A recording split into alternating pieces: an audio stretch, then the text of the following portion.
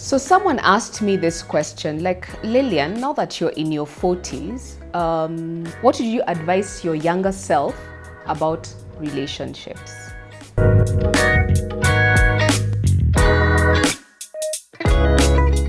So guys, welcome to my I Am Unafraid podcast, your host Lillian Okado. And today I'm just tackling this question of, I'm giving you guys my unafraid advice to my younger self on relationships. Like, brutally honest advice on what I would do if I was way younger and single and starting over. Like, I'm now diving into the dating scene. Like, what would I do differently? Knowing what I know, going through what I've gone through, right? So I think for me, the first thing would be, number one, what is the impact this person is going to have in my life? This person that I'm interested in dating, what impact are they going to have in my life, right? Are they going to make me a better person, or are they going to make me a worse person? Now, sometimes we never think about these things. Like, we just start dating. You're attracted to somebody. You're like, oh my God, he's tall, dark, handsome, or he's amazing, he's sweet, he's what, or she's gorgeous, she's, bootylicious and all those things. But we never really think, what are they? I don't like to say, I hate to use this expression, what are they bringing to the table? Because relationships are very transactional and we need to accept that. But sometimes when we say, what is somebody bringing to the table, it becomes very egocentric and very selfish. So I don't want to talk from a very selfish perspective, but I want us to be aware that you need to know, is this relationship going to make me better or worse? You need to be able to interrogate that way before you get into a relationship with somebody. That's the first thing. So that's what I would do if I was younger. I would look at this guy and say, okay, he's good looking, he's sharp, he's intelligent. But when I'm around them, do I feel good? I have been in situations where no matter what I did in that relationship, I was not good enough for that person. And I felt horrible, right? And sometimes it happens. And yeah, so those are things that you need to think about. And then there's that thing of, people say, is it okay to have a type? Yes, I think it's okay to have a type. I think everyone has a type. And it's okay to have a type, but it's also important to really ask yourself, is having a type more important than having somebody who will treat me like a human being?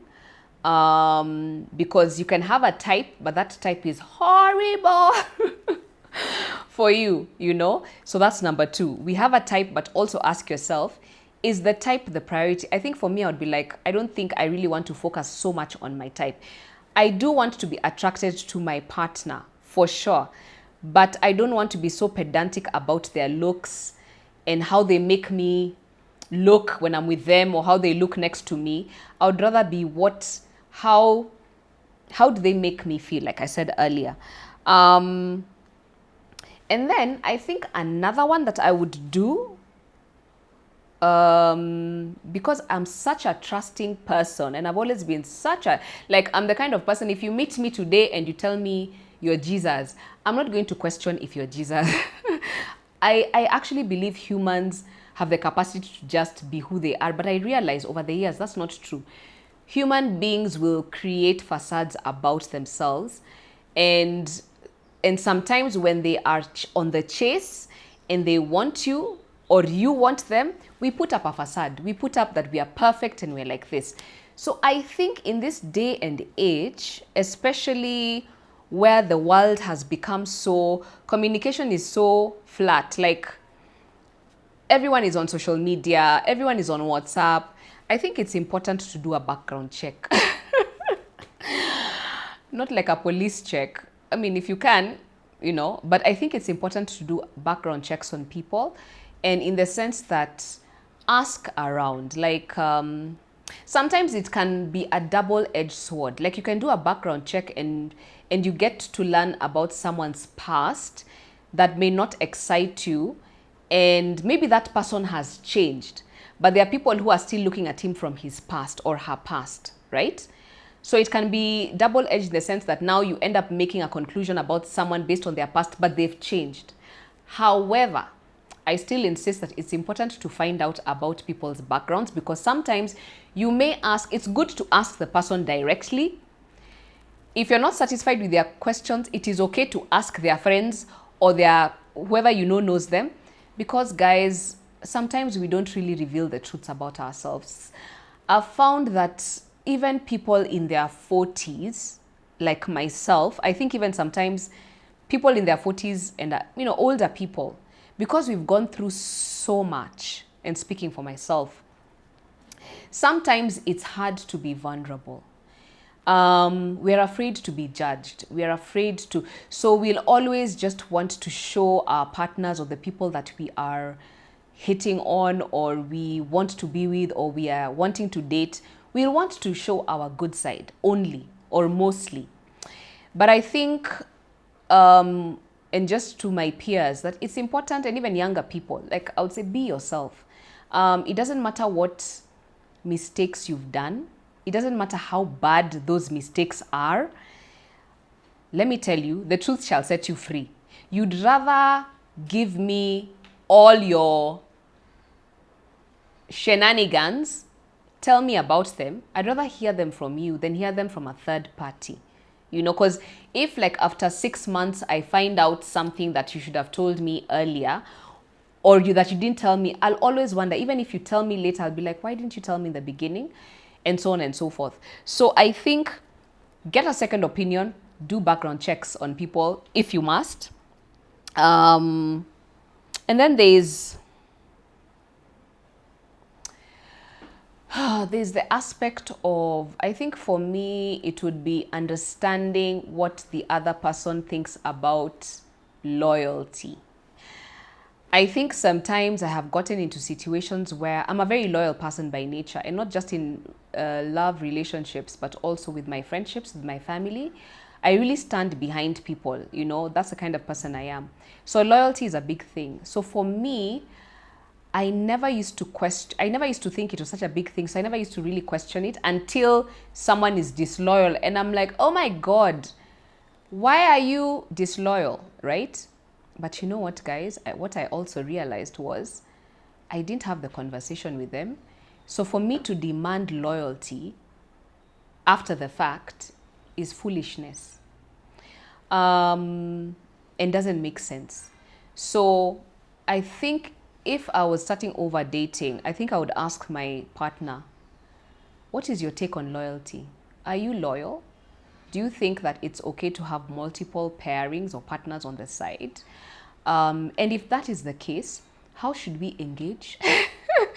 How should we operate in that poly kind of situation? And again, loyalty to one person may not be loyalty to another person. So both of us may think, yes, we believe in loyalty, but defining exactly what that loyalty looks like. There are some people who are like, and I've had this a lot, like men like to say this. Sometimes I think it's an excuse, but anyway, it's what they say, that a man will cheat on his partner with somebody frivolous on the side, and it doesn't mean anything because men are about sex. I mean, not are about sex, but for men, sex is sex.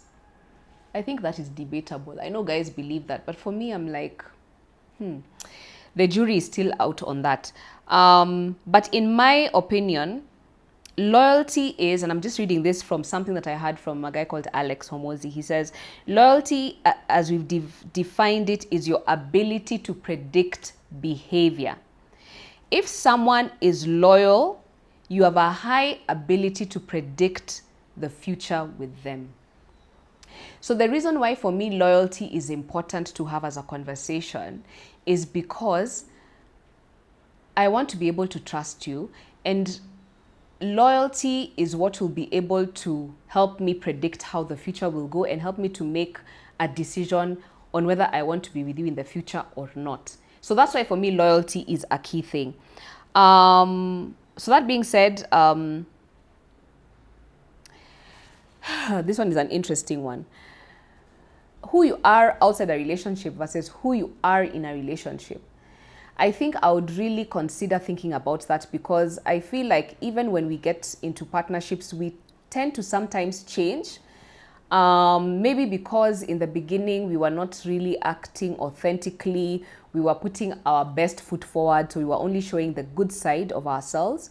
But I think I would really be keen on trying to be as authentic as I am before I actually get into a serious relationship with somebody, so that there are no real surprises. Although it's also important to know that we are forever changing. We are forever changing. And the person that I am now, like the person I am today, 100% is not the person I was 16, 17 years ago. Is not the person I was just before I got my baby. A lot has changed. My thinking has changed, and likely I'll continue to change. So I think if I was younger, it would be to have that expectation that not only will my partner change, but I will also change. You know, like I may like you now, and I may like the way you do things now, but in like 5 years, I'll be like, you know. And if I know that change is inevitable, because change is inevitable, how can we plan for that change? And not plan because we know exactly what the change will be, but when changes happen, how will we deal with it, right? Yeah. And then also consider that your partner can be an asset or a liability. I know you've seen those, there are stories everywhere where someone gets into a relationship and the scenario is either that relationship destroys them or that relationship builds them. Now, I've seen both scenarios in terms of other people. Like, I'm like, wow, this person brings out the best in you. And then on the flip side, there are people who are in relationships and I'm just like, oh my God, can you get out of that relationship, because that person is a liability. So I think we need to understand what assets and liabilities are in terms of the people that we are dating. Assets are meant to increase. And if the person you're dating right now, even before you get married, hopefully, is increasing in value, then it's a good thing, or helping you to grow, that's a good thing. If they are not helping you grow, yeah, that is not great. Another one is, I don't know if everybody is meant to be in a relationship.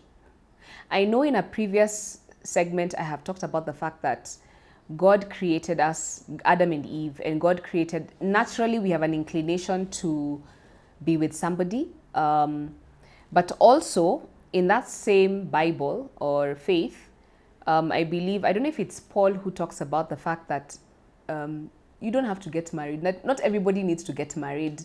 Like some of you it is better to stay alone. But if you can't stay alone, then get married. You know, that's fact, right? So in that sense, I think it's about self-awareness. And luckily in the world that we live in today, we have been allowed the gift of being able to say, I don't think I ever want to settle down. I don't think I was made for marriage. And I think I want to just continue living a senior bachelor or bachelorette life, right? A lot of us who started dating early never got to ask this question. And what happened was they ended up, for those who just later on realized marriage is not for me, partnerships are not for me, they realized 10 or 20 years later after they had destroyed another person's life or destroyed their own life. So if I was younger, or if I was giving advice to younger people, I would really be like, is marriage really for you? And I would really take time to answer that question. Sometimes we also like to ride on waves. You hear a lot of people saying, marriage is not for me, I want to be single, etc, etc, etc. And you end up riding that wave, because I find it a lot happening amongst the younger generation, the millennials especially, and so on. Don't ride on a wave. Sit with yourself and ask yourself, Will I be a better human alone or with a partner? I am of the belief personally that I am better with somebody. And I say this because I see it even in my interactions in my business partnerships, in my friendships. I've found that I am a builder. And so I I am good at adding on to what is already existing. So that's why I think that I should be in a partnership, right? So that's me. But for you, it could be different. Another thing I would ask would be, are our goals aligned? Do we even have goals in this relationship that you are getting into? Again, you start dating a guy because they're handsome or a chick because she's hot, right? But really, are your goals aligned? Are you guys together? Like, where do you see yourselves in 5 years, 10 years? Like, for example, if I want to travel the world, if my goal is to travel the world, and I meet, like, I think I met somebody, I can't remember, years ago. I remember a guy telling me, well, I mean, we're not dating. It was just a conversation we're having in a group, and I remember him saying that he never travels. He does not. Yes, and he was married. He was married. He had kids. Young guy. We were in the same age group, peers, and he was like, he doesn't travel. And so I'm like, wait, when you say you don't travel, what do you mean exactly? Like, you're married, you have children. He's like, yeah, I don't take my wife and kids anywhere. They don't go anywhere. We are all, and I'm like, wow. Let me tell you guys, if I was married to that guy, I think I'd be having a headache. I think, because I love to travel. So I know that I want to travel for as long as I'm alive. I want to explore different countries. I want to explore different cities in this country. So being with somebody where we don't have the same thing is crazy. So again, that's just a very basic thing. I mean, when it comes to goals, there's so much bigger than travel. There is, where do I want to be in 5 years, 10 years time? Do I want to live in the city or in the village? Like, right now, I'm a typical city girl, for example. So I have met people who have asked me the question, do I want, they are, of course, maybe they're mature people. Sometimes they're my peers. And many people, especially after COVID, have really considered moving out of Nairobi, out of the city, and moving back into the village or back into the other counties. And I've had to sit down with myself and ask myself, okay, am I a city girl? Would I be able to uproot my lifestyle and live outside Nairobi, for example, because this is where I grew up, this is what I know. And over the years, I've had to really ask myself that question. And I find, yeah, maybe depending on the dynamics, I would be open. I've always had this wistful idea of like living at the coast or having a home in the coast by the beach. And I think a lot of people have that, because it's really, the coast is really awesome. But when you're younger, you really don't think about those things. And what happens is you then find somebody who's like, me, I'm a shags model person. I want to go and farm. And then you're like a city girl.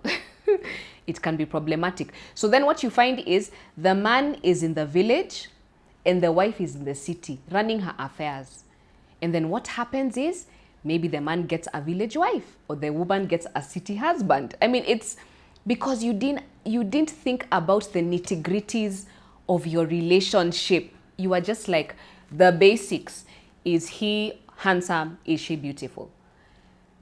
Guys, we need to think beyond that. So aligned goals are important, right?